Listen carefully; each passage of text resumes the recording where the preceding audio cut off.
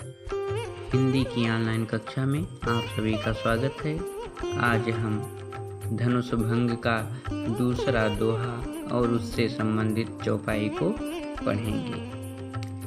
ये उस समय का प्रसंग है जब श्री रामचंद्र धनुष को तोड़ने के लिए उठते हैं तो सीता जी की माता जी अपनी सखियों को बुलाकर उनसे इनके कोमल शरीर का वर्णन करते हुए कहती हैं,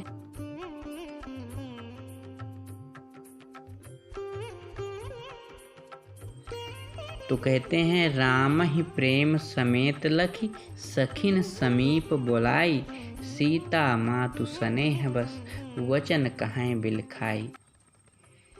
राम ही प्रेम समेत लखी, राम को प्रेम से युक्त होकर देखती हैं, सखिन समीप बुलाई और अपने सखियों को पास बुलाकर कहती हैं, क्या कहती हैं? सीता मातु स्नेह बस वचन कहें बिलखाई। सीता माता राम के प्रति अनंत प्रेम के कारण यह वचन बोलती हैं। अब क्या बोलती हैं उसे हम चौपाई में देखेंगे।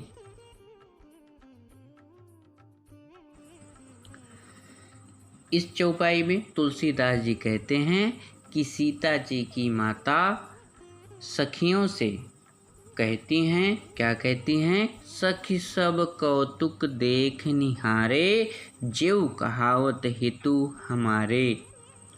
सभी अर्थात यहाँ सभा में उपस्थित सभी लोग इसे तमाशा मानकर देख रहे हैं। जेऊ कहावत हेतु हमारे, जो हमारे हितैषी कहलाते हैं। को न बुझाए कहाय गुर पाही, कोई भी गुरु विश्वामित्र को समझाकर नहीं कहता है।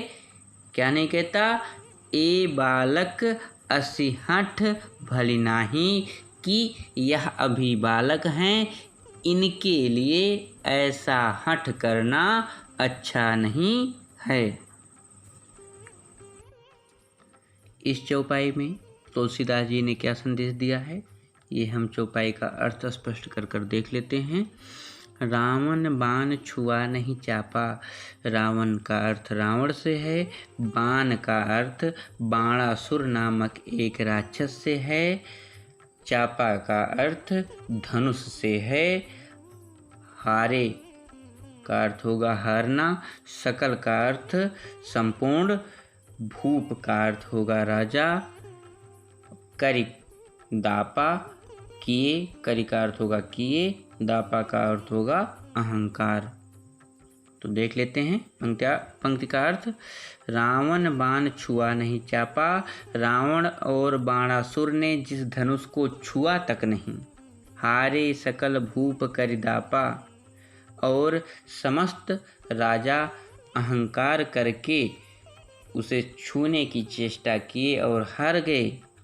सो धनुराज कुंवर कर देहीं, ऐसी धनुष को इन राजकुमारों के हाथ में दे रहे हैं। बाल मराल की मंदर लेहीं, क्या हंस के बच्चे भी कहीं मंदराचल पर्वत उठा सकते हैं? सीता जी की माता कहती हैं सखी से कि हे सखी, ऐसा प्रतीत होता है भूप शयानप सकल सिरानी, राजा जनक की सारी चतुराई शून्य हो गई है। सखी विधि गति कछु जाति न जानी। हे सखी, ईश्वर की गति या ईश्वर का किया गया कार्य कोई जान नहीं सकता है। बोली चतुर सखी मृदुबानी, तो वह चतुर सखी, वह चालाक सखी सीता की माता से कहती है मधुर वाणी में। वह चतुर सखी सीता की माता से मधुर वाणी में कहती है, क्या कहती है? तेजवंत लघु गनयन रानी, देखने में छोटा होने पर भी छोटा नहीं गिनना चाहिए। अर्थात जो तेज से परिपूर्ण होते हैं उन्हें छोटा नहीं गिनना चाहिए। इस चौपाई में सखी सीता माता जी को एक उपमा देते हुए कहती है, कहाँ कुंभज कहाँ सिंधु अपारा, सो सेव सुजसु सकल संसारा। यहाँ कुंभज का अर्थ घड़े से उत्पन्न होने वाले मुनि अगस्त के लिए कहा गया है, क्योंकि मुनि अगस्त जो थे वो घड़े से उत्पन्न हुए थे। अब हम देख लेते हैं, कहाँ कुंभज कहाँ सिंधु अपारा, कहाँ घड़े से उत्पन्न होने वाले मुनि अगस्त, और कहाँ सिंधु अपारा, कहाँ अपार समुद्र। सोसेव सुजसु सकल संसारा, इसका अर्थ होगा उन्होंने उसे सोख अर्थात पी लिया था, जिससे उनके यश सारे संसार में फैला हुआ है। उन्होंने उस समुद्र को पी लिया था जिससे उनका यश संसार में फैला हुआ है। रवि मंडल देखत लघु लागा, सूर्य का आकार देखने में छोटा लगता है। सूर्य का आकार देखने में छोटा लगता है।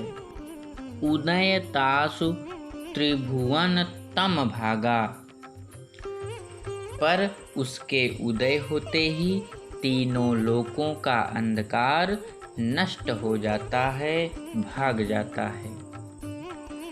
उदय तासु त्रिभुवन तम भागा, लेकिन उसके उदय होते ही सारे संसार का